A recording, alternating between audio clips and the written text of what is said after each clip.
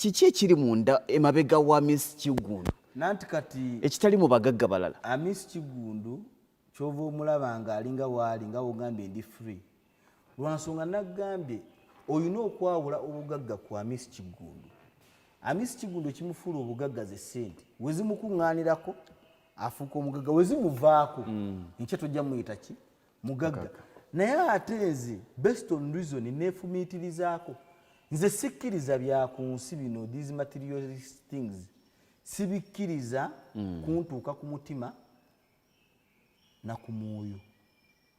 mu kutuba na ku birowoozo ne ku mwoyo lwansonga ebyensi bya ku nsi. Miss Kigundu ayawukana nnyo ku byobugagga byakola ki wenkeera leero ku makya n'enkwata yonna binyina n'embikuwa gwe aba afuuse omuki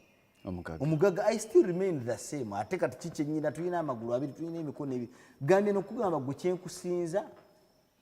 kufumiitiriza kyakufumiitiriza okukkiriza mu Katonda kuba tewali kintu kyebeerayo nze ni musajja mukkiriza nnyo era nzikiriza nnyo muki mu Katonda era nkimanya ebyoku nsi bya ku nsi ate bya kaseera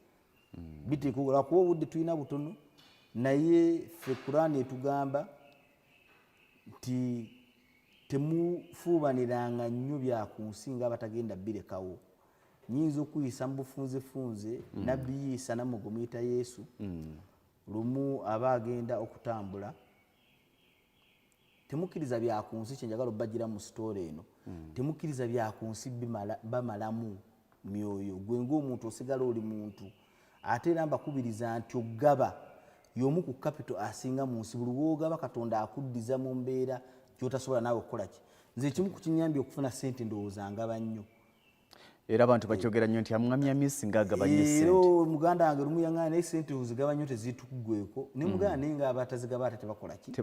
tebaziina kati kyengezaako kulaga tokkirizanga ebyinsi okukumalamu